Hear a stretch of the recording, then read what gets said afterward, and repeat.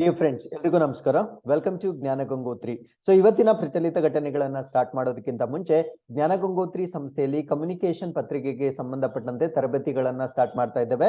So ಈ course ನಲ್ಲಿ ನಿಮಗೆ ಸಾಮಾನ್ಯ ಕನ್ನಡ, ಸಾಮಾನ್ಯ ಇಂಗ್ಲಿಷ್ ಮತ್ತು ಕಂಪ್ಯೂಟರ್ ಜ್ಞಾನಕ್ಕೆ ಸಂಬಂಧಪಟ್ಟಂತೆ ತರಗತಿಗಳನ್ನ ನಡೆಸಲಾಗುತ್ತೆ. ಸೊ ಈ ಒಂದು ಕೋರ್ಸ್ ನಿಮ್ಗೆ ಮುಂದೆ ಬರ್ತಕ್ಕಂಥ ಪರೀಕ್ಷೆಗಳಾಗಿರ್ತಕ್ಕಂಥ CTI ಅಂದ್ರೆ commercial taxes inspector, KPSC group C ಪರೀಕ್ಷೆಗಳು, ಜೂನಿಯರ್ ಎಂಜಿನಿಯರ್ ಪರೀಕ್ಷೆಗಳು, PDO ಪರೀಕ್ಷೆಗಳು ಮತ್ತು ಟೀಚರ್ಸ್ ಎಕ್ಸಾಮಿನೇಷನ್ ಆಗಿರ್ತಕ್ಕಂಥ GPSTR ಗೂ ಕೂಡ ಅನುಕೂಲಕರವಾಗಿರ್ತಕ್ಕಂಥ ತರಗತಿಗಳಾಗಿರ್ತವೆ. ಸೊ ಈ ತರಗತಿಗಳನ್ನ ನೀವು ಆನ್ಲೈನ್ ಮತ್ತು ಆಫ್ಲೈನ್ ಎರಡೂ ಮೋಡ್ ನಲ್ಲಿ ತೆಗೆದುಕೊಳ್ಬಹುದಾಗಿರುತ್ತೆ. ತರಗತಿಗಳ ಕುರಿತಂತೆ ಹೆಚ್ಚಿನ ಮಾಹಿತಿಗಾಗಿ ಇಲ್ಲಿ ಕಾಣ್ತಾ ಇರ್ತಕ್ಕಂಥ ಸಂಖ್ಯೆಗೆ ನೀವು ಕರೆ ಮಾಡಬಹುದಾಗಿರುತ್ತೆ. ಸೊ ಅದೇ ರೀತಿಯಲ್ಲಿ KS ಪರೀಕ್ಷೆಗೆ ತಯಾರಿ ನಡೆಸ್ತಾ ಇರ್ತಕ್ಕಂಥ ವಿದ್ಯಾರ್ಥಿಗಳಿಗೆ ಪೂರ್ವಭಾವಿ ಪರೀಕ್ಷೆಗಳು ಅಂದ್ರೆ ಪ್ರಿಲಿಮಿನರಿ ಮಾಕ್ ಎಕ್ಸಾಮಿನೇಷನ್ಸ್ ಗೆ ಸಂಬಂಧಪಟ್ಟಂತೆ ಜ್ಞಾನ ಗಂಗೋತ್ರಿ ಸಂಸ್ಥೆಯಲ್ಲಿ 4ನೇ ಡಿಸೆಂಬರ್ ಅಂದ್ರೆ ಮುಂದಿನ ಭಾನುವಾರ ಬೆಳಗ್ಗೆ 10:30ಕ್ಕೆ ಸ್ಕಾಲರ್ಶಿಪ್ ಟೆಸ್ಟ್ ಅನ್ನ ನಡೆಸಲಾಗ್ತಾ ಇದೆ. ಸೊ ಈ ಒಂದು ಸ್ಕಾಲರ್ಶಿಪ್ ಟೆಸ್ಟ್ ನಲ್ಲಿ ರ್ಯಾಂಕ್ ನಂಬರ್ 1 ಇಂದ 30ರವರೆಗೆ ಗಳಿಸ್ತಕ್ಕಂಥ ವಿದ್ಯಾರ್ಥಿಗಳಿಗೆ KS ಪರೀಕ್ಷೆಯನ್ನ ಸಂಪೂರ್ಣವಾಗಿ ಉಚಿತವಾಗಿ ನೀಡಲಾಗುತ್ತೆ ಮತ್ತು ಬೇರೆ ಬೇರೆ ರ್ಯಾಂಕ್ ಅನ್ನ ಗಳಿಸ್ತಕ್ಕಂಥ ಎಲ್ಲಾ ವಿದ್ಯಾರ್ಥಿಗಳಿಗೂ ಬೇರೆ ಬೇರೆ ಸ್ಲ್ಯಾಬ್ಸ್ ನಲ್ಲಿ ಡಿಸ್ಕೌಂಟ್ ಅನ್ನ ಕೂಡ ಕೊಡಲಾಗುತ್ತೆ. ಸೊ ಈ ಪರೀಕ್ಷೆಗಳನ್ನ ನೀವು ಆನ್ಲೈನ್ ಅಥವಾ ಆಫ್ಲೈನ್ ನಲ್ಲಿ ತೆಗೆದುಕೊಳ್ಬಹುದಾಗಿರುತ್ತೆ.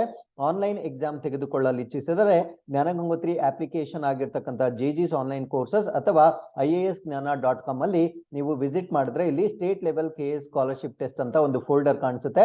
ಆ ಫೋಲ್ಡರ್ ನ ಕೆಳಗಡೆ ಸ್ಟಾರ್ಟ್ ಬಟನ್ ಅಂತ ಇರುತ್ತೆ, ಅದನ್ನ ಪ್ರೆಸ್ ಮಾಡಿದ್ರೆ ಸಾಕು ನಿಮ್ಮ ಒಂದು ನೋಂದಣಿ ಕನ್ಫರ್ಮ್ ಆಗುತ್ತೆ. ಅದೇ ನೀವು ಆಫ್ಲೈನ್ ಪರೀಕ್ಷೆ ತೆಗೆದುಕೊಳ್ಳಲು ಇಚ್ಛಿಸಿದರೆ ನಿಮ್ಮ ಹೆಸರನ್ನ ನೀವು ಮತ್ತು ಯಾವುದಾದರೂ ಒಂದು ಗವರ್ನಮೆಂಟ್ ಇಶ್ಯೂಡ್ ID ಕಾರ್ಡ್ ಏನಿರುತ್ತೆ ಇದನ್ನ ಇಲ್ಲಿ ಕಾಣ್ತಾ ಇರ್ತಕ್ಕಂಥ ಸಂಖ್ಯೆಗೆ ವಾಟ್ಸ್ಆಪ್ ಮಾಡುವುದರ ಮುಖಾಂತರ ನಿಮ್ಮ ಹೆಸರನ್ನ ನೀವು ನೋಂದಣಿ ಮಾಡ್ಕೊಳ್ಬಹುದಾಗಿರುತ್ತೆ. So with this, let's get into Gnana Gangotri's Inquest Current Affairs, and this is class number 348 in this series. So ಇವತ್ತಿನ ತರಗತಿಯಲ್ಲಿ ನಾವು 30ನೇ ನವೆಂಬರ್ 2022ರ ಪ್ರಚಲಿತ ಘಟನೆಗಳನ್ನ ಡಿಸ್ಕಸ್ ಮಾಡ್ತಾ ಇದ್ದೇವೆ. ಸೊ ಈ ಎಲ್ಲ ಪ್ರಚಲಿತ ಘಟನೆಗಳನ್ನ ಇಲ್ಲಿ ಕಾಣ್ತಿರ್ತಕ್ಕಂಥ ಎಲ್ಲ ದಿನಪತ್ರಿಕೆಗಳಿಂದ ನಾವು ಸೋರ್ಸ್ ಮಾಡಿರ್ತೇವೆ. At the end of the presentation we will have given inquest challenge quiz. ಇದರಲ್ಲಿ first 10 students who give correct answers will be acknowledged in the next presentation. And articles ಮಧ್ಯದಲ್ಲೂ ಕೂಡ ಒಂದು ಪ್ರಶ್ನೆಯನ್ನು ಕೇಳ್ತೇವೆ, ಅದಕ್ಕೂ ಉತ್ತರವನ್ನು ನೀವು ಕಮೆಂಟ್ಸ್ ಅಲ್ಲಿ ತಿಳಿಸಬಹುದಾಗಿರುತ್ತೆ. ಈ ಎಲ್ಲಾ ಚಟುವಟಿಕೆಗಳು ನಿಮ್ಮ ಎಲ್ಲ ಸ್ಪರ್ಧಾತ್ಮಕ ಪರೀಕ್ಷೆಗಳಿಗೆ ಉಪಯುಕ್ತವಾಗಿರ್ತವೆ. So before getting into today's articles, these are the key answers of Inquest Challenge number 312, and we appreciate Anil, Subhash and Veerashaiva for giving correct answers. Thank you very much for your participation. With this, let's get into the first article. India gets its first private launch pad and control center. ಅಂದ್ರೆ ಈ ಒಂದು space ಅಥವಾ ಬಾಹ್ಯಾಕಾಶ ವ್ಯವಸ್ಥೆಗೆ ಸಂಬಂಧಪಟ್ಟಂತೆ ಭಾರತ ದೇಶವು ತನ್ನ ಮೊದಲ ಖಾಸಗಿ ಉಡಾವಣಾ ವ್ಯವಸ್ಥೆ ಮತ್ತು ನಿಯಂತ್ರಣ ಕೇಂದ್ರವನ್ನ ಪಡೆಯುತ್ತಿದೆ. ಸೊ ಈ ರೀತಿಯ ಖಾಸಗಿ, ಸೊ ಇಷ್ಟು ದಿನ ಗವರ್ಮೆಂಟ್ ಕೆಪಾಸಿಟಿಯಲ್ಲಿ ಇದ್ದಂತಹ ಲಾಂಚ್ ಪ್ಯಾಡ್ ಗಳನ್ನ ನಾವು ನೋಡ್ತಿದ್ವಿ. ಸೊ ಇದೇ ಮೊಟ್ಟ ಮೊದಲ ಬಾರಿಗೆ ಪ್ರೈವೇಟ್ ಲೆವೆಲ್ ಅಲ್ಲಿ ಅಂದ್ರೆ ಖಾಸಗಿಯಾಗಿ ಉಡಾವಣಾ ವ್ಯವಸ್ಥೆಯನ್ನ ಭಾರತ ದೇಶ ಪಡೆಯಲಿದೆ. ಸೊ ಈ ರೀತಿಯ ಉಡಾವಣಾ ವ್ಯವಸ್ಥೆಯನ್ನ ಆಂಧ್ರ ಪ್ರದೇಶದ ಶ್ರೀಹರಿಕೋಟ ನೀವೇನ್ ಕೇಳಿದಿರಾ, ಸೊ ಇಲ್ಲಿ ಇದನ್ನ ಸ್ಥಾಪನೆ ಮಾಡಲಾಗ್ತಾ ಇದೆ. ಸೊ ಇದ್ರ ಬಗ್ಗೆ ನಾವು ಸಂಪೂರ್ಣವಾಗಿ ಡಿಸ್ಕಸ್ ಮಾಡ್ತಾ ಬರೋಣ. ಸೊ ಈ ಒಂದು ಲಾಂಚ್ ಪ್ಯಾಡ್ ಅನ್ನ ನಾವೇನಂತ ಕರಿತೀವಿ ಅಂದ್ರೆ privately designed and operated launch pad ಅಂತ ಕರಿತೇವೆ. ಅಂದ್ರೆ ಖಾಸಗಿಯಾಗಿ ಅದನ್ನ ವಿನ್ಯಾಸಗೊಳಿಸಿದ್ದಾರೆ ಮತ್ತು ಖಾಸಗಿಯಾಗಿ ಅದನ್ನ ಕಾರ್ಯನಿರ್ವಹಿಸ್ತಕ್ಕಂಥ ಒಂದು ರಾಕೆಟ್ ಉಡಾವಣಾ ಕೇಂದ್ರವಾಗಿರುತ್ತೆ. ಸೊ ಇದನ್ನ ಯಾರು ಡೆವಲಪ್ ಮಾಡಿದ್ದಾರೆ ಅಂದ್ರೆ ಒಂದು ಸ್ಟಾರ್ಟ್ಅಪ್ ಕಂಪನಿ ಇದನ್ನ ಡೆವಲಪ್ ಮಾಡಿರುತ್ತೆ. ಆ ಸ್ಟಾರ್ಟ್ಅಪ್ ಕಂಪನಿಯನ್ನ ನಾವು ಅಗ್ನಿಕುಲ್ ಕಾಸ್ಮೋಸ್ ಅಂತ ಕರಿತೇವೆ. ಸೊ ಈ ಅಗ್ನಿಕುಲ್ ಅಂತಕ್ಕಂಥದ್ದು ಭಾರತ ದೇಶದ ಒಂದು ಸ್ಥಳೀಯವಾದ ಸ್ಟಾರ್ಟ್ಅಪ್ ಆಗಿರುತ್ತೆ. ಸೊ ಈ ಒಂದು ಸ್ಟಾರ್ಟ್ಅಪ್ ವತಿಯಿಂದ ಪ್ರೈವೇಟ್ ಲಾಂಚ್ ಪ್ಯಾಡ್ ಅನ್ನ ಇವರು ಈಗ ಲಾಂಚ್ ಮಾಡ್ತಾ ಇದ್ದಾರೆ. ಸೊ ಈ ಒಂದು ಲಾಂಚ್ ಪ್ಯಾಡ್ ಎಲ್ಲಿರುತ್ತೆ ಅಂತ ನಾನು ಮ್ಯಾಪ್ ಅಲ್ಲಿ ತೋರಿಸಿದ್ದೇನೆ. ಸೊ ಇದು ಆಂಧ್ರ ಪ್ರದೇಶದ ಸತೀಶ್ ಧವನ್ ಬಾಹ್ಯಾಕಾಶ ಕೇಂದ್ರ ಏನಿದೆ, ಸೊ ಆ ಒಂದು ಬಾಹ್ಯಾಕಾಶ ಕೇಂದ್ರದ ಬಳಿ ಇರ್ತಕ್ಕಂಥ ಒಂದು ಲಾಂಚ್ ಪ್ಯಾಡ್ ಇದಾಗಿರುತ್ತೆ. ಸೊ ಪ್ರಸ್ತುತವಾಗಿ ಭಾರತ ದೇಶದ ಈ ಒಂದು ಲಾಂಚಿಂಗ್ ಸಿಸ್ಟಮ್ ಏನಿದೆ ಅದರ ಕಾರ್ಯವೈಖರಿಯನ್ನ ಅಥವಾ ಅದನ್ನ ಯಾರು ಮ್ಯಾನೇಜ್ ಮಾಡ್ತಾ ಇದ್ದಾರೆ ಅಂದ್ರೆ, so it is currently being enabled by the central government nodal space organisation. ಅದನ್ನ ನಾವು ಇನ್ ಸ್ಪೇಸ್ ಅಂತ ಕರಿತೇವೆ. ಇನ್ ಸ್ಪೇಸ್ ಅಂದ್ರೆ Indian National Space Promotion and Authorisation Centre ಅಂತ ಕರಿತೇವೆ. ಅಂದ್ರೆ ಭಾರತೀಯ ರಾಷ್ಟ್ರೀಯ ಬಾಹ್ಯಾಕಾಶ ಪ್ರಚಾರ ಮತ್ತು ಅಧಿಕಾರ ಕೇಂದ್ರ ಅಂತ ನಾವೇನ್ ಕರಿತೇವೆ. ಸೊ ಇವರು ಭಾರತ ದೇಶದಲ್ಲಿ ನಡೀತಕ್ಕಂಥ ಒಂದು ಚಟುವಟಿಕೆಗಳು ಅಥವಾ ಲಾಂಚಿಂಗ್ ಅಂತ ನಾವೇನ್ ಕರಿತೇವೆ, ಸೊ ಅದನ್ನ ಸಕ್ರಿಯಗೊಳಿಸ್ತಕ್ಕಂಥ ಒಂದು ಏಜೆನ್ಸಿ ಆಗಿತ್ತು. ಸೊ ಇನ್ಮೇಲೆ ಈ ಒಂದು ಏಜೆನ್ಸಿ ಜೊತೆಗೆ ಈ ಒಂದು ಖಾಸಗಿ ಸಂಸ್ಥೆ ಕೂಡ ಒಂದು ಸೇರ್ಕೊಂಡಿರುತ್ತೆ. ಆ ಖಾಸಗಿ ಸಂಸ್ಥೆಯನ್ನ ನಾವು ಅಗ್ನಿಕುಲ್ ಕಾಸ್ಮೋಸ್ ಅಂತ ಕರಿತೇವೆ.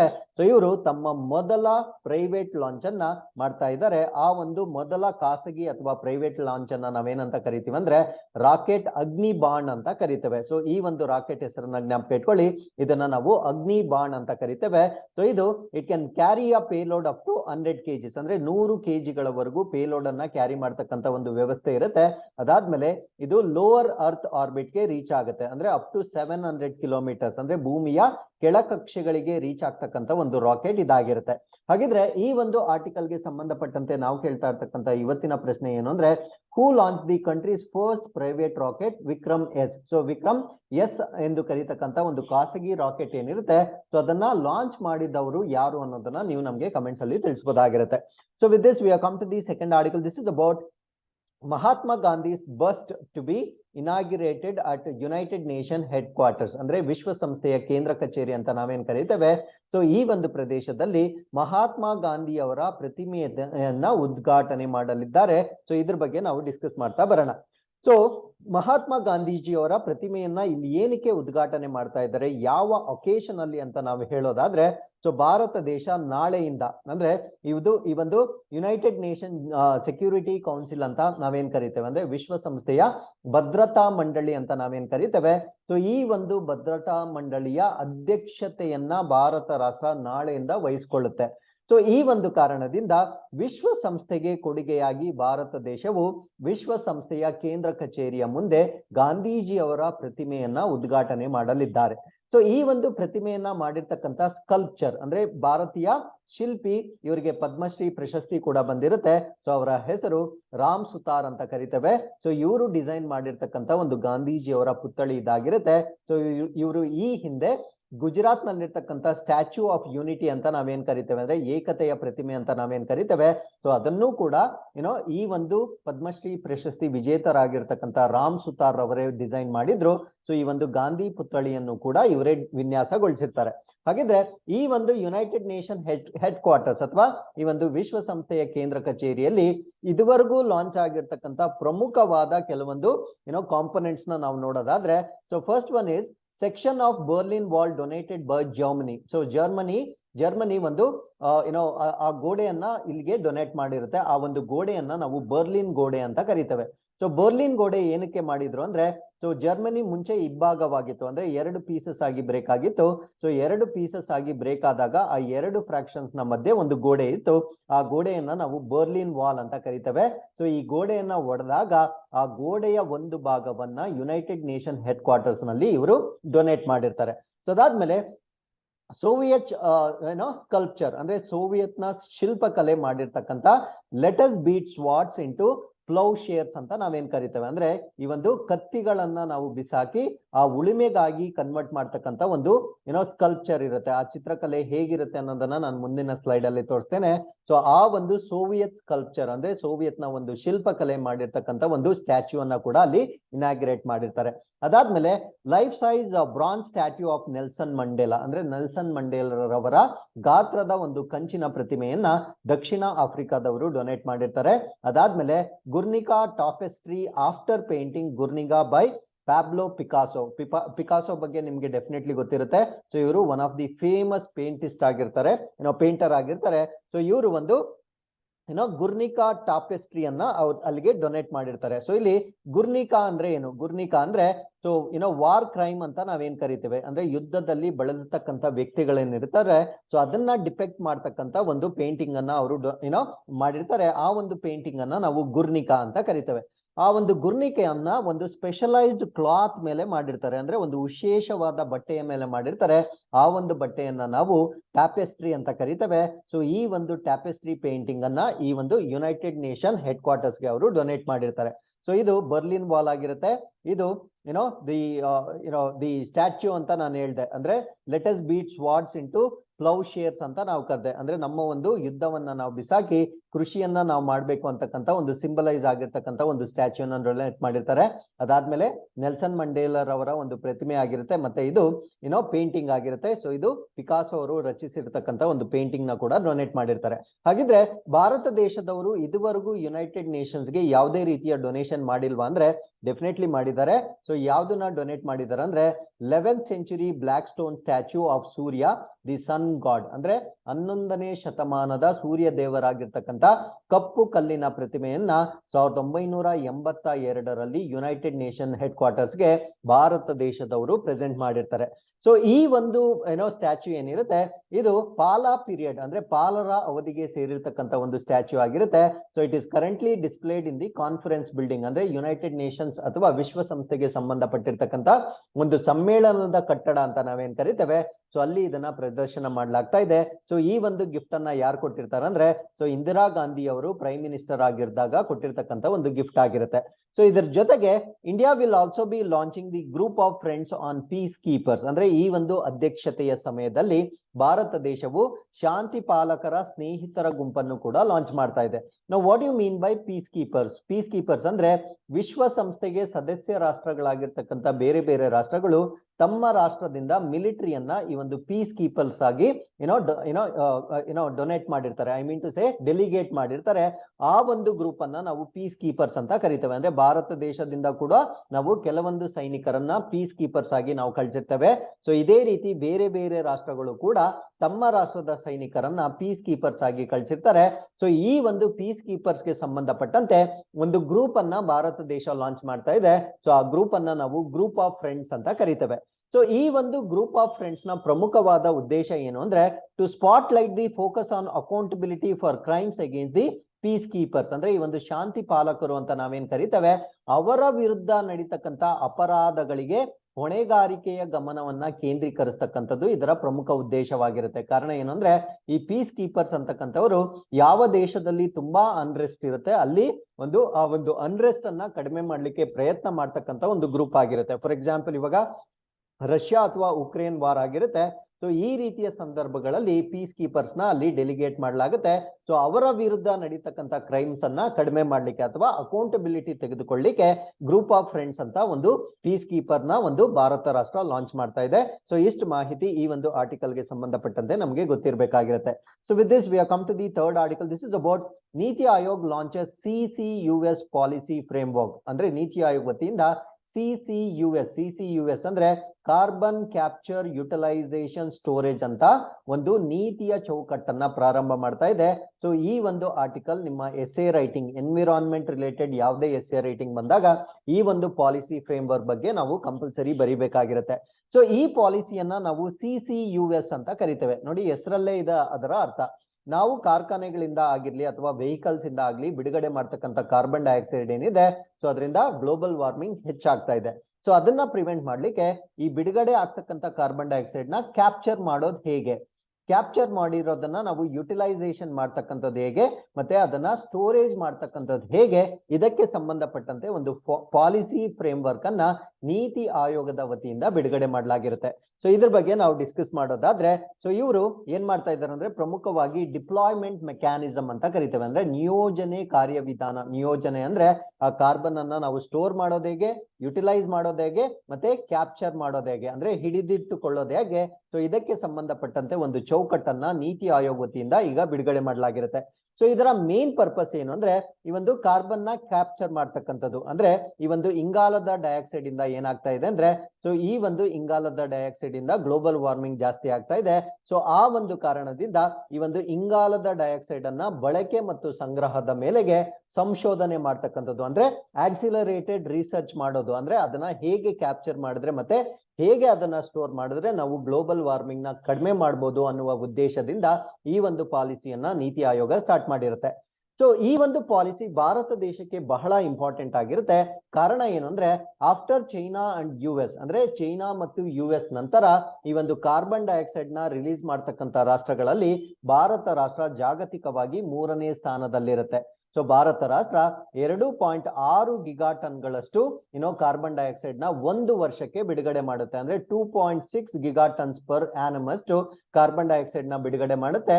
ಸೊ ಈ ಒಂದು ಕಾರ್ಬನ್ ಡೈಆಕ್ಸೈಡ್ ನಮ್ಮ ಪರಿಸರಕ್ಕೆ ತುಂಬಾ ಹಾನಿಕಾರಕವಾಗಿರುತ್ತೆ. ಆ ಒಂದು ಕಾರಣದಿಂದ ಸೊ ಇದನ್ನ ಡಿಕಾರ್ಬನೈಸ್ ಮಾಡ್ತಕ್ಕಂಥದ್ದು ನಮ್ಮ ಒಂದು ಗುರಿ ಆಗಿರುತ್ತೆ. ಸೊ ಇವೆಲ್ಲ ಕಾರಣಗಳನ್ನ ಮನಗಂಡು ನೀತಿ ಆಯೋಗ ಈ ಒಂದು ಪಾಲಿಸಿಯನ್ನ ಬಿಡುಗಡೆ ಮಾಡಿರುತ್ತೆ.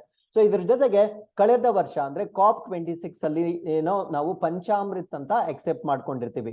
ಪಂಚಾಮೃತ್ ಅಲ್ಲಿ ನಮ್ಮ ಒಂದು ಆಬ್ಜೆಕ್ಟಿವ್ ಇರುತ್ತೆ. ಏನ್ ಆಬ್ಜೆಕ್ಟಿವ್ ಅಂದ್ರೆ to achieve net zero by 2070 ಅಂದ್ರೆ 2070 ವೇಳೆಗೆ ನಿವ್ವಳ ಶೂನ್ಯವನ್ನ ಸಾಧಿಸ್ತಕ್ಕಂಥದ್ದು ನಮ್ಮ ಒಂದು ಗುರಿಯಾಗಿರುತ್ತೆ. ನಿವ್ವಳ ಶೂನ್ಯ ಅಂದ್ರೆ ನಮ್ಮ ದೇಶದಲ್ಲಿ ಎಷ್ಟು ಕಾರ್ಬನ್ ಡೈಆಕ್ಸೈಡ್ ಉತ್ಪತ್ತಿ ಆಗುತ್ತೆ ಅಷ್ಟು ಕಾರ್ಬನ್ ಡೈಆಕ್ಸೈಡ್ ನ ಅಬ್ಸಾರ್ಬ್ ಮಾಡ್ಕೊಳ್ಳಷ್ಟು ಟೆಕ್ನಾಲಜಿಯನ್ನ ಅಭಿವೃದ್ಧಿ ಮಾಡಿದ್ರೆ ಅದನ್ನ ನಾವು ನೆಟ್ ಝೀರೋ ಅಂತ ಕರಿತೇವೆ. ಸೊ ಈ ರೀತಿಯ ಟಾರ್ಗೆಟ್ ಅನ್ನ 2070 ವೇಳೆಗೆ ಭಾರತ ದೇಶ COP26 ಅಲ್ಲಿ ಅನೌನ್ಸ್ ಮಾಡಿರುತ್ತೆ. ಸೊ ಇದನ್ನ ಅಚೀವ್ ಮಾಡ್ಲಿಕ್ಕೂ ಕೂಡ ಈ ಒಂದು ಫ್ರೇಮ್ ವರ್ಕ್ ನಮ್ಗೆ ಬಹಳ ಇಂಪಾರ್ಟೆಂಟ್ ಆಗುತ್ತೆ. ಅದ್ರ ಜೊತೆಗೆ ಈ ಒಂದು ಕಾರ್ಬನ್ ಡೈಆಕ್ಸೈಡ್ ಎಮಿಷನ್ ಏನಿರುತ್ತೆ ಇದನ್ನ 2050 ವೇಳೆಗೆ 50% ಅಷ್ಟು ಕಡಿಮೆ ಮಾಡ್ತಕ್ಕಂತ ಒಂದು ಗುರಿಯನ್ನು ಕೂಡ ಭಾರತ ಸರ್ಕಾರ ಹೊಂದಿರುತ್ತೆ. ಸೊ ಈ ಗುರಿಯನ್ನು ತಲುಪಲಿಕ್ಕೂ ಕೂಡ ಈ ಪಾಲಿಸಿ ನಮಗೆ ಸಪೋರ್ಟ್ ಮಾಡುತ್ತೆ. So with this we are come to the 4th article. This is about rehab project. So ಏನಿದು ರಿಹ್ಯಾಬ್ ಯೋಜನೆ ಅನ್ನೋದನ್ನ ನಾನು ಇಲ್ಲಿ ಚಿತ್ರದಲ್ಲೇ ಬ್ರೀಫ್ ಆಗಿ ಎಕ್ಸ್ಪ್ಲೈನ್ ಮಾಡ್ತಾ ಇರ್ತೀನಿ. ಸೊ ರಿಹ್ಯಾಬ್ ಪ್ರಾಜೆಕ್ಟ್ ಅಂದ್ರೆ ಸೊ ನಮ್ಗೆಲ್ಲ ಇತ್ತೀಚೆಗೆ ಬಹಳಷ್ಟು ನ್ಯೂಸ್ ಗಳಲ್ಲಿ ನಾವು ನೋಡ್ತಕ್ಕಂಥ ಒಂದು ಪ್ರಮುಖವಾದ ಸುದ್ದಿ ಏನಂದ್ರೆ ಈ ಒಂದು ಆನೆಗಳ ದಾಳಿ. ಆನೆಗಳು ನಮ್ಮ ಒಂದು ಕೃಷಿ ಭೂಮಿಯನ್ನ ದಾಳಿ ಮಾಡ್ತಾ ಇದ್ದಾವೆ, ಮತ್ತೆ ಮನುಷ್ಯರ ಮೇಲೆ ಅವರ ಪ್ರಾಣವನ್ನ ಹಾನಿ ಮಾಡ್ತಾ ಇದ್ದಾವೆ. ಇವೆಲ್ಲ ಸುದ್ದಿಗಳನ್ನ ಕೇಳ್ತಾ ಇದ್ದಾವೆ. ಸೊ ಇದನ್ನ ಪ್ರಿವೆಂಟ್ ಮಾಡ್ಲಿಕ್ಕೆ KVIC ವತಿಯಿಂದ ಒಂದು ಇನಿಷಿಯೇಟಿವ್ ಅನ್ನ ಲಾಂಚ್ ಮಾಡಿರ್ತಾರೆ. ಈ ಒಂದು ಇನಿಷಿಯೇಟಿವ್ ನ ನಾವು ರಿಹ್ಯಾಬ್ ಅಂತ ಕರಿತೇವೆ. ಸೊ ರಿಹ್ಯಾಬ್ ಅಲ್ಲಿ ಏನ್ ಮಾಡ್ತಾರೆ ಅಂದ್ರೆ ನಮ್ಮ ಕೃಷಿ ಭೂಮಿ ಎಲ್ಲಿರುತ್ತೋ ಆ ಕೃಷಿ ಭೂಮಿಯ ಬೌಂಡ್ರೀಸ್ ಗಳಲ್ಲಿ ಈ ರೀತಿಯ ಜೇನಿನ ಪೆಟ್ಟಿಗೆಗಳನ್ನ ಇಡ್ಲಾಗುತ್ತೆ. ಸೊ ಯಾವಾಗ ಜೇನಿನ ಪೆಟ್ಟಿಗೆಗಳು ಇರುತ್ತೆ ಸೊ ಆ ಒಂದು ಪ್ರದೇಶಕ್ಕೆ ಆನೆಗಳು ಬರೋದಿಲ್ಲ. ಸೊ ಈ ರೀತಿಯ ಒಂದು ಪ್ರಾಜೆಕ್ಟ್ ಅನ್ನ ನಾವು ರಿಹ್ಯಾಬ್ ಪ್ರಾಜೆಕ್ಟ್ ಅಂತ ಕರಿತೇವೆ. ಸೊ ಇದನ್ನ ಇನಾಗ್ರೇಟ್ ಮಾಡಿರ್ತಕ್ಕಂಥವ್ರು ಯಾರು ಅಂದ್ರೆ KVIC ಚೇರ್ಮನ್ ಅಂದ್ರೆ khadi and village industries commission ವತಿಯಿಂದ ಈ ಒಂದು ಪ್ರೋಗ್ರಾಮ್ ಅನ್ನ ಲಾಂಚ್ ಮಾಡಿರ್ತಾರೆ. ಸೊ ರಿಹ್ಯಾಬ್ ಪ್ರಾಜೆಕ್ಟ್ ನ ಫುಲ್ ಫಾರ್ಮ್ ಏನು ಅಂದ್ರೆ ರಿಡ್ಯೂಸಿಂಗ್ ಹ್ಯೂಮನ್ ಅಟ್ಯಾಕ್ಸ್ ಯೂಸಿಂಗ್ ಹನಿ ಬೀಸ್ ಅಂದ್ರೆ ಜೇನಿನ ಹುಳಗಳನ್ನ ಉಪಯೋಗಿಸ್ಕೊಂಡು ಮಾನವನ ಮೇಲೆ ಆಗ್ತಕ್ಕಂತ ಆನೆಗಳ ದಾಳಿಯನ್ನ ಕಡಿಮೆ ಮಾಡ್ತಕ್ಕಂತ ಒಂದು ಯೋಜನೆಯನ್ನ ನಾವು ರಿಹ್ಯಾಬ್ ಪ್ರಾಜೆಕ್ಟ್ ಅಂತ ಕರಿತೇವೆ. ಸೊ ಇದನ್ನ ಖಾದಿ ಮತ್ತೆ ವಿಲೇಜ್ ಇಂಡಸ್ಟ್ರೀಸ್ ಕಮಿಷನ್ ಅಂದ್ರೆ ಖಾದಿ ಮತ್ತು ಗ್ರಾಮೋದ್ಯೋಗ ಆಯೋಗದ ವತಿಯಿಂದ 7 ರಾಜ್ಯಗಳಲ್ಲಿ ಅಂದ್ರೆ ಪ್ರಮುಖವಾಗಿ ಆನೆಗಳ ಸಂಖ್ಯೆ ಇರ್ತಕ್ಕಂಥ 7 ರಾಜ್ಯಗಳಲ್ಲಿ ಈಗ ಇನಾಗ್ರೇಟ್ ಮಾಡ್ಲಾಗ್ತಾ ಇದೆ. ಆ 7 ರಾಜ್ಯಗಳು ನಮ್ಮ ಪರೀಕ್ಷೆಗೆ ಇಂಪಾರ್ಟೆಂಟ್ ಆಗಿರುತ್ತೆ. ಸೊ ಒಂದು ಕರ್ನಾಟಕ, ಮಹಾರಾಷ್ಟ್ರ, ವೆಸ್ಟ್ ಬೆಂಗಾಲ್, ಅಸ್ಸಾಂ ಮತ್ತು ಒಡಿಶಾದಲ್ಲಿ ಈ ಒಂದು ಇನಿಷಿಯೇಟಿವ್ ನ ಲಾಂಚ್ ಮಾಡ್ತಾ ಇದ್ದಾರೆ. ಸೊ ಈ ಒಂದು ಇನಿಷಿಯೇಟಿವ್ ಅಲ್ಲಿ ಏನ್ ಮಾಡ್ತಾರೆ ಅನ್ನೋ ಒಂದು ಮಾಹಿತಿ ಇಲ್ಲಿ ಕೊಟ್ಟಿರ್ತೇನೆ. ಸೊ ಇದನ್ನ ನಾನು ಆಲ್ರೆಡಿ ಚಿತ್ರದಲ್ಲೂ ಕೂಡ ನಿಮ್ಗೆ ಎಕ್ಸ್ಪ್ಲೈನ್ ಮಾಡಿರ್ತೇನೆ. ಸೊ ಈ ಒಂದು ಹನಿ ಬಿ ಬಾಕ್ಸಸ್ ಅನ್ನ ಇಡೋದ್ರಿಂದ it blocks the path of wild elephants ಅಂದ್ರೆ ಈ ಒಂದು ಕಾಡು ಆನೆಗಳ ಒಂದು ಸಂಚಾರ ಏನಿರುತ್ತೆ ಅದಕ್ಕೆ ಅಡ್ಡಿ ಆಗುತ್ತೆ. ಸೊ ಈ ಒಂದು ಕಾರಣದಿಂದ ದಿ ಎಲಿಫೆಂಟ್ಸ್ ಅಟ್ಯಾಕಿಂಗ್ ಹ್ಯೂಮನ್ಸ್ ಅಂದ್ರೆ ಮನುಷ್ಯರ ಮೇಲೆ ಆನೆಗಳ ದಾಳಿ ಮತ್ತೆ ನಮ್ಮ ಒಂದು ಕ್ರಾಪ್ಸ್ ಅಥವಾ ಬೆಳೆಗಳನ್ನ ನಾಶ ಮಾಡ್ತಕ್ಕಂಥ ಒಂದು ವ್ಯವಸ್ಥೆ ಏನಿರುತ್ತೆ ಅದನ್ನು ಕೂಡ ತಡೆಗಟ್ಟಬಹುದಾಗಿರ್ತಕ್ಕಂಥ ಒಂದು ಪಾಲಿಸಿ ಆಗಿರುತ್ತೆ.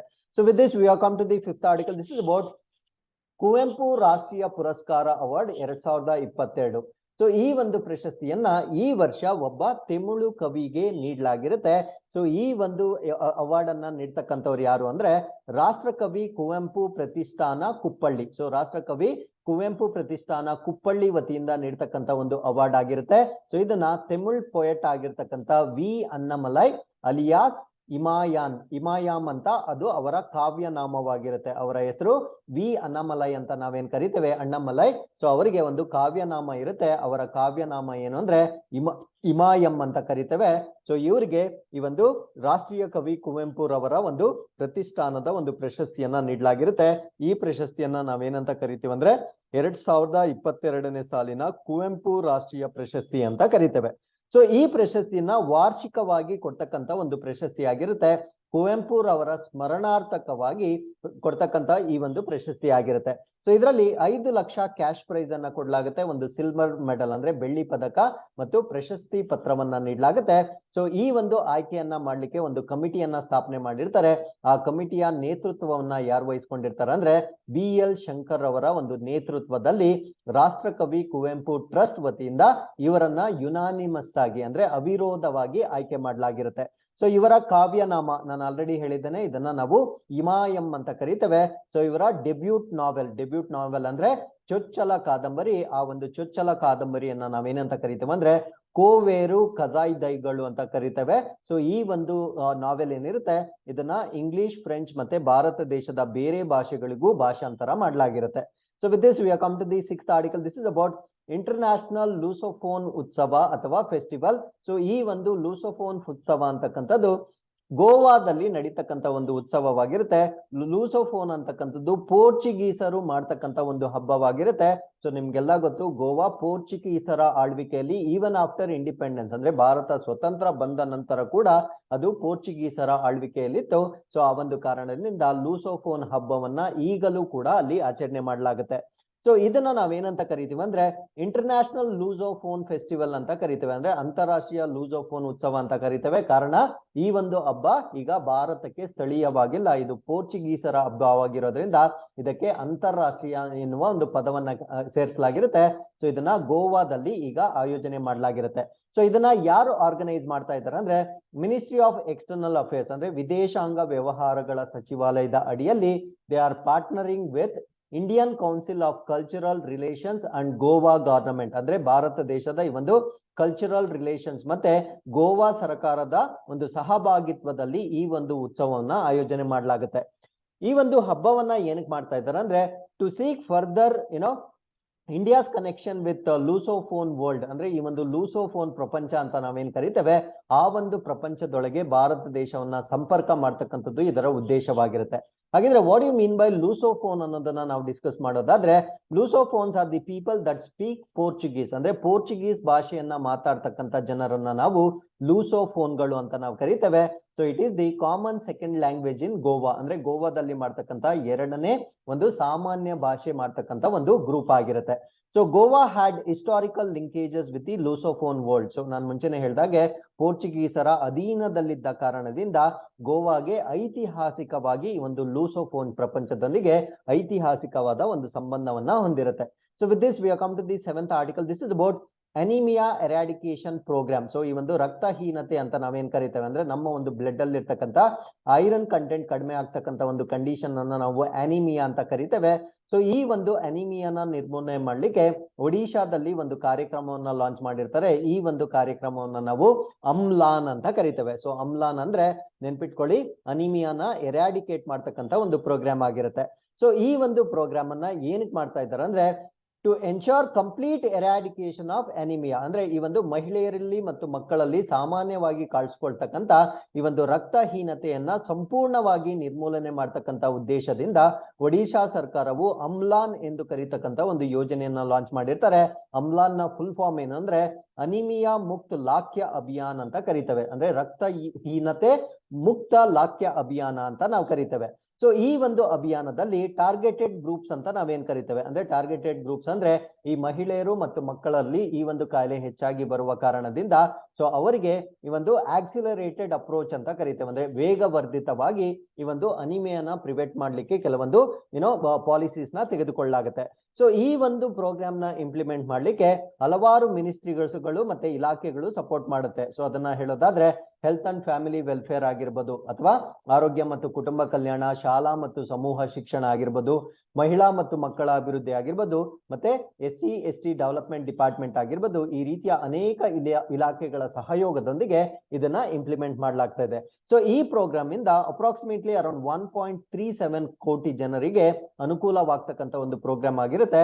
ಪ್ರಮುಖವಾಗಿ ಪ್ರೆಗ್ನೆಂಟ್ ವಿಮೆನ್ ಆಗಿರ್ಬೋದು, ಅಡೋಲೆಸೆಂಟ್ ಗರ್ಲ್ಸ್ ಆಗಿರ್ಬೋದು, ಮತ್ತೆ ಚಿಲ್ಡ್ರನ್ ಆಗಿರ್ಬೋದು, ಇವರಿಗೆ ಟಾರ್ಗೆಟ್ ಆಗಿರ್ತಕ್ಕಂಥ ಒಂದು ಯೋಜನೆ ಆಗಿರುತ್ತೆ. ಸೊ ಇದರಲ್ಲಿ ಪ್ರಮುಖವಾಗಿ ಮಾಡ್ತಕ್ಕಂಥ ಕೆಲಸಗಳೇನು ಅಂದ್ರೆ iron and folic acid supplementation ಕೊಡ್ತಾರೆ, ಅಂದ್ರೆ ಕಬ್ಬಿಣ ಮತ್ತು ಫೋಲಿಕ್ ಆಮ್ಲದ ಪೂರೈಕೆಯನ್ನ ಜಾಸ್ತಿ ಮಾಡ್ತಾರೆ. ಅದಾದ್ಮೇಲೆ ಆಲ್ರೆಡಿ ಅನಿಮಿಯಾ ಇರ್ತಕ್ಕಂಥ ಕೇಸಸ್ ಏನಿರುತ್ತೆ ಅದಕ್ಕೆ ಚಿಕಿತ್ಸೆಯನ್ನ ಕೊಡ್ಲಾಗುತ್ತೆ. ಅದಾದ್ಮೇಲೆ ಕೆಪಾಸಿಟಿ ಬಿಲ್ಡಿಂಗ್ ಸರ್ವಿಸಸ್ ಅಂದ್ರೆ ಸಾಮರ್ಥ್ಯವನ್ನ ವೃದ್ಧಿ ಮಾಡ್ತಕ್ಕಂಥದ್ದು. ಅದಾದ್ಮೇಲೆ ಸೋಷಿಯಲ್ ಬಿಹೇವಿಯರ್ ಚೇಂಜಸ್ ಅಂದ್ರೆ ಸಾಮಾಜಿಕ ನಡವಳಿಕೆಯ ಬದಲಾವಣೆ ಮಾಡ್ತಕ್ಕಂಥದ್ದು. ಕಾರಣ ಏನಂದ್ರೆ ಸೊ ನಮ್ಮ ಒಂದು ಬಿಹೇವಿಯರ್, ನಮ್ಮ ಒಂದು ಈಟಿಂಗ್ ಹ್ಯಾಬಿಟ್ ಏನಿರುತ್ತೆ ಅಂದ್ರೆ ನಾವು ಒಂದು ಆಹಾರ ಸೇವನೆ ಮಾಡ್ತಕ್ಕಂಥ ಒಂದು ಪದ್ಧತಿ ಏನಿರುತ್ತೆ ಆ ಒಂದು ಪದ್ಧತಿಯಲ್ಲಿ ಬೇಕಾಗಿರ್ತಕ್ಕಂಥ ಬದಲಾವಣೆಗಳನ್ನ ಇಲ್ಲಿ ಕಮ್ಯುನಿಕೇಶನ್ ಮಾಡಲಾಗುತ್ತೆ. So with this we are come to the 8th article. This is about ಇಲ್ಲಿ ನಾನು ಎರಡು ಅವಾರ್ಡ್ಸ್ ಬಗ್ಗೆ ಡಿಸ್ಕಸ್ ಮಾಡ್ತೀನಿ. ಒಂದನ್ನ ನಾವು ಶಿಲ್ಪ ಗುರು ಅಂತ ಕರಿತೇವೆ, ಇನ್ನೊಂದನ್ನ ನ್ಯಾಷನಲ್ ಅವಾರ್ಡ್ಸ್ ಅಥವಾ ರಾಷ್ಟ್ರೀಯ ಪ್ರಶಸ್ತಿಗಳು ಅಂತ ಕರಿತೇವೆ. ಈ ಒಂದು ಶಿಲ್ಪ ಗುರು ಮತ್ತೆ ಇದಕ್ಕೆ ಸಂಬಂಧಪಟ್ಟಂತೆ ರಾಷ್ಟ್ರೀಯ ಪ್ರಶಸ್ತಿಗಳನ್ನ ಭಾರತ ದೇಶದ ಆರ್ಟಿಸನ್ಸ್ ಅಂದ್ರೆ ಕರಕುಶಲ ಕರ್ಮಿಗಳಿಗೆ ನೀಡ್ತಕ್ಕಂತ ಒಂದು ಪ್ರಶಸ್ತಿಯಾಗಿರುತ್ತೆ. ಭಾರತ ದೇಶದ ಕರಕುಶಲ ಕರ್ಮಿಗಳನ್ನ ಉತ್ತೇಜನ ಮಾಡ್ಲಿಕ್ಕೆ ಎರಡು ಪ್ರಶಸ್ತಿಗಳನ್ನ ಕೊಡ್ತಾರೆ. ಒಂದನ್ನ ನಾವು ಶಿಲ್ಪ ಗುರು ಅಂತ ಕರಿತೇವೆ ಮತ್ತು ಆರ್ಟಿಸಾನ್ಸ್ಗೆ ಸಂಬಂಧಪಟ್ಟಂತೆ ಒಂದು ರಾಷ್ಟ್ರೀಯ ಪ್ರಶಸ್ತಿಯನ್ನ ನೀಡಲಾಗುತ್ತೆ. ಸೊ ಈ ವರ್ಷ ಅಥವಾ 2017, 18 ಮತ್ತು 19 ಈ 3 ವರ್ಷಗಳಿಗೆ ಸಂಬಂಧಪಟ್ಟಂತೆ 30 ಶಿಲ್ಪ ಗುರು ಪ್ರಶಸ್ತಿಗಳನ್ನ ಮತ್ತು 78 ರಾಷ್ಟ್ರೀಯ ಪ್ರಶಸ್ತಿಗಳನ್ನ ನೀಡಲಾಗ್ತಾ ಇದೆ. ಸೊ ಯಾರಿಗೆ ಕೊಡ್ತಾರೆ ಅಂದ್ರೆ ಕ್ರಾಫ್ಟ್ಸ್ ಪರ್ಸನ್ ಅಂದ್ರೆ ಕರಕುಶಲ ಕರ್ಮಿಗಳಿಗೆ ನೀಡಲಾಗುತ್ತೆ. What is the main objective of it ಅಂದ್ರೆ ಇದರ ಪ್ರಮುಖವಾದ ಉದ್ದೇಶ ಏನು ಅಂದ್ರೆ ಭಾರತ ದೇಶದಲ್ಲಿ ಒಂದು ಕ್ರಾಫ್ಟ್ಸ್ಮನ್ಶಿಪ್ ಅಂತ ನಾವೇನ್ ಕರಿತೇವೆ ಅಂದ್ರೆ ಕರಕುಶಲತೆಯ ಶ್ರೇಷ್ಠತೆ ಅಂತ ನಾವೇನ್ ಕರಿತೇವೆ, ಮತ್ತೆ ಭಾರತ ದೇಶದ ಹ್ಯಾಂಡಿಕ್ರಾಫ್ಟ್ಸ್ ಅಂತ ನಾವೇನ್ ಕರಿತೇವೆ, ಜವಳಿ ಕ್ಷೇತ್ರ ಅಂತ ನಾವೇನ್ ಕರಿತೇವೆ, ಅವರು ನೀಡಿರ್ತಕ್ಕಂತ ಅಮೂಲ್ಯವಾದ ಕೊಡುಗೆಯನ್ನ ಗುರುತಿಸ್ತಕ್ಕಂತ ಒಂದು ಅವಾರ್ಡ್ ಆಗಿರುತ್ತೆ. ಸೊ ಈ ಪ್ರಶಸ್ತಿ ಸ್ಟಾರ್ಟ್ ಆಗಿರ್ತಕ್ಕಂಥದ್ದು 2002ರಲ್ಲಿ. ನಾನ್ ಮಾತಾಡ್ತಾ ಇರ್ತಕ್ಕಂಥದ್ದು ಈ ಒಂದು ಫಸ್ಟ್ ಅವಾರ್ಡ್ ಏನಂದ್ರೆ ಶಿಲ್ಪ ಗುರು ಅಂತ ನಾವೇನ್ ಕರಿತೇವೆ. ಸೊ ಈ ಪ್ರಶಸ್ತಿಯನ್ನ 2002ರಲ್ಲಿ ಸ್ಥಾಪನೆ ಮಾಡಲಾಗಿರುತ್ತೆ. ಸೊ ಈ ಒಂದು ಪ್ರಶಸ್ತಿಯಲ್ಲಿ ಏನ್ ಕೊಡ್ಲಾಗುತ್ತೆ ಅಂದ್ರೆ ಗೋಲ್ಡ್ ಕಾಯಿನ್, ಒಂದು ಚಿನ್ನದ ನಾಣ್ಯವನ್ನ ಕೊಡ್ಲಾಗುತ್ತೆ, 2 ಲಕ್ಷ ರೂಪಾಯಿ ಬಹುಮಾನವನ್ನ ನೀಡಲಾಗುತ್ತೆ. ಅದ್ರ ಜೊತೆಗೆ ಒಂದು ತಾಮ್ರ ಪತ್ರ, ಒಂದು ಶಾಲು ಮತ್ತು ಪ್ರಮಾಣ ಪತ್ರವನ್ನ ಈ ಒಂದು ಪ್ರೈಸ್ ಅಲ್ಲಿ ನೀಡಲಾಗುತ್ತೆ. ಸೊ ಈಗ ನಾನು ನ್ಯಾಷನಲ್ ಅವಾರ್ಡ್ಸ್ ಬಗ್ಗೆ ಡಿಸ್ಕಸ್ ಮಾಡ್ತೀನಿ. ಸೊ ಈ ಒಂದು ಶಿಲ್ಪ ಪತ್ರ ಅಂತ ನಾವೇನ್ ಕರಿತೇವೆ ಅಥವಾ ಈ ಒಂದು ಫಸ್ಟ್ ಅವಾರ್ಡ್ ಆಗಿರ್ತಕ್ಕಂಥ ಶಿಲ್ಪ ಗುರು ಅಂತ ನಾವೇನ್ ಕರಿತೀವಿ. ಸೊ ಇದರಲ್ಲಿ ಕರ್ನಾಟಕದಲ್ಲಿ ಯಾರಿಗ್ ಬಂದಿದೆ ಅದು ನಮ್ಗೆ ಪರೀಕ್ಷೆಗೆ ಇಂಪಾರ್ಟೆಂಟ್ ಆಗುತ್ತೆ. ಸೊ ಕರ್ನಾಟಕದಿಂದ ಯಾರಿಗ್ ಬಂದಿದೆ ಅನ್ನೋದನ್ನ ನಾನು ಲಾಸ್ಟ್ ಸ್ಲೈಡ್ ಅಲ್ಲಿ ಎಕ್ಸ್ಪ್ಲೇನ್ ಮಾಡ್ತೀನಿ. ಸೊ ಅದೇ ರೀತಿ ಈ ಒಂದು ಕರಕುಶಲ ಕರ್ಮಿಗಳಿಗೆ ಸಂಬಂಧಪಟ್ಟಂತೆ ಒಂದು ರಾಷ್ಟ್ರೀಯ ಪ್ರಶಸ್ತಿಯನ್ನ ನೀಡಲಾಗುತ್ತೆ. ಈ ಒಂದು ಪ್ರಶಸ್ತಿಯನ್ನ 1965ರಲ್ಲಿ ಸ್ಥಾಪನೆ ಮಾಡಲಾಗಿರುತ್ತೆ. ಕರಕುಶಲ ಕರ್ಮಿಗಳು ಅಂದ್ರೆ ವೇರಿಯಸ್ ಟೈಪ್ಸ್ ಆಫ್ ಕರಕುಶಲ ಕರ್ಮಿಗಳು ಇರ್ತಾರೆ. ಆ ಟೈಪ್ಸ್ ಆಫ್ ಕರಕುಶಲ ಕರ್ಮಿಗಳು ಜಸ್ಟ್ ಫಾರ್ ಯುವರ್ ಇನ್ಫಾರ್ಮೇಶನ್ ನಾವು ಇಲ್ಲಿ ಪಟ್ಟಿ ಮಾಡಿರ್ತೇವೆ. You can just pause the video and go through the information. So ಇದರಲ್ಲಿ ಒಂದೆರಡು ನಾನು ಹೇಳೋದಾದ್ರೆ ಮೆಟಲ್ ಎನ್ಗ್ರೇವಿಂಗ್ ಅಂದ್ರೆ ಈ ಒಂದು ಮೆಟಲ್ ಅಥವಾ ಲೋಹಗಳನ್ನ ಕೆತ್ತನೆ ಮಾಡ್ತಕ್ಕಂಥವ್ರು. ಅದಾದ್ಮೇಲೆ ಚಿಕಾನ್ ಹ್ಯಾಂಡ್ ಎಂಬ್ರಾಯ್ಡರಿ ಅಥವಾ ಕಸೂತಿ ಅಂತ ನಾವೇನ್ ಕರಿತೇವೆ, ಕುರ್ಜಾ ಬ್ಲೂ ಪಾಟ್ರಿ ಅಂದ್ರೆ ಕುಂಬಾರಿಕೆ ಅಂತ ನಾವೇನ್ ಕರಿತೇವೆ.